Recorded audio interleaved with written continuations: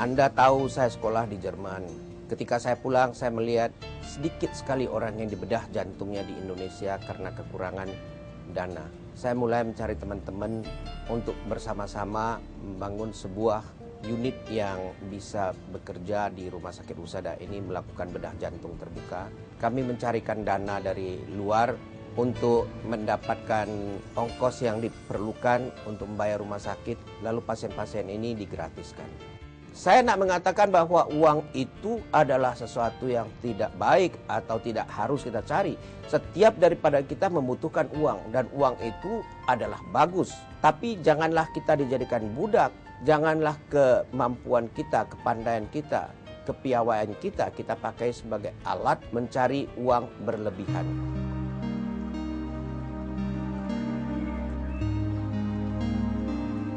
Melayani adalah kata kuncinya. Seorang dokter adalah seorang pelayan. Seorang pelayan yang dibutuhkan. Akan terjadi suatu ketergantungan antara yang dilayani dan yang melayani. Janganlah hendaknya dokter mengatakan, saya dibutuhkan sehingga saya bisa berlaku seperti apa yang saya inginkan. Sebaliknya, banyak pasien yang mengatakan, saya akan bayar. Dokter seolah-olah kacungnya. Ini juga suatu situasi yang tidak pada tempatnya. Kita saling membutuhkan, baik yang dilayani maupun yang melayani. Tujuan organisasi ini dari namanya kita tahu, Dokter Share, Dokter Peduli.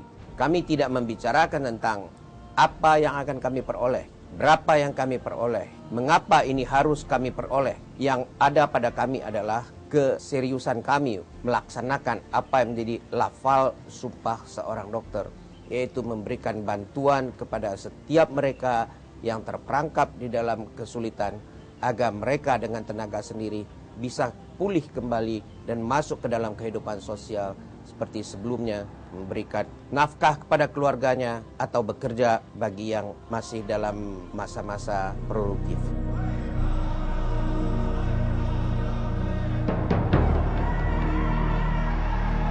Ide untuk mendirikan rumah sakit apung berawal di bulan Maret tahun 2009 ketika kami melakukan operasi di Pulau K kecil. Pada hari terakhir ketika kami berkemas-kemas untuk pulang, datanglah seorang ibu pada sore hari dengan seorang anak perempuan yang ususnya terjepit datang dari Somlaki. Saya dengar dari pastor yang ikut pada saat itu, dokter, ibu ini datang dari Somlaki 3 malam 2 hari naik perahu dengan kondisi anak yang seperti ini. Mereka datang ke suatu tempat, tahu di situ ada rumah sakit, tanpa tahu apakah di sana ada seorang dokter yang bisa membedah anaknya atau tidak. Nah, pertemuan inilah yang begitu berkesan kepada saya.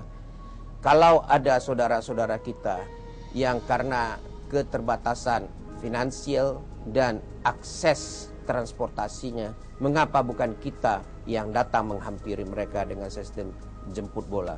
Untuk itu, kita harus menghadirkan sebuah rumah sakit. Rumah sakit yang bisa kita bawa kemana-mana. Disitulah lahir ide dan cita-cita untuk mendirikan sebuah rumah sakit yang terapung-apung, yang bisa dipindahkan dari satu tempat ke tempat lain.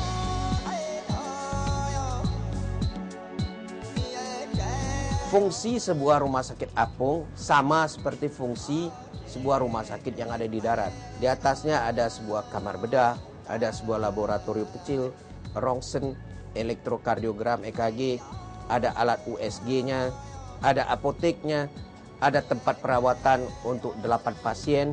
Walaupun dalam bentuk mini, walaupun dalam jumlah yang kecil, sama fungsinya, sama seperti rumah sakit yang berada di darat, kecuali yaitu keterbatasan jumlah dan space-nya, ruangnya lebih kecil.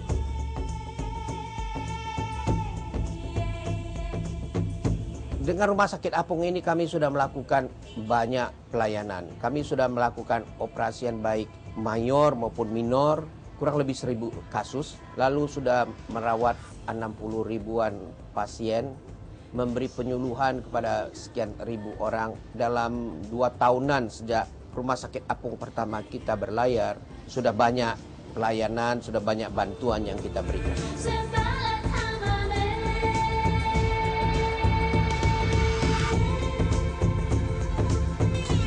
Dokter gila. Saya ketika mendengar saya dinamakan dokter gila saat itu, saya jengkel juga. Tapi saya tidak bisa menyalahkan orang lain. Karena ide ini memang ide yang luar biasa, tidak normalnya. Belum pernah orang membuat sebuah rumah sakit di atas kapal yang begitu kecil.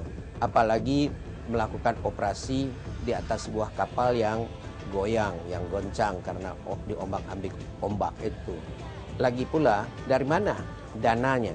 Ini adalah pertanyaan-pertanyaan dasar yang diajukan oleh orang yang selalu saya jawab, Tuhan membuat segala sesuatu menjadi indah pada waktunya.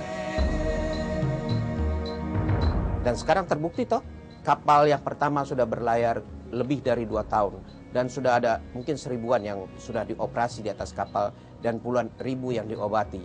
Ini telah berfungsi tanpa pada awalnya hal-hal yang ditakuti itu menjadi concern kita untuk memikirkan, untuk mencari terlebih dahulu pemecahan persoalannya.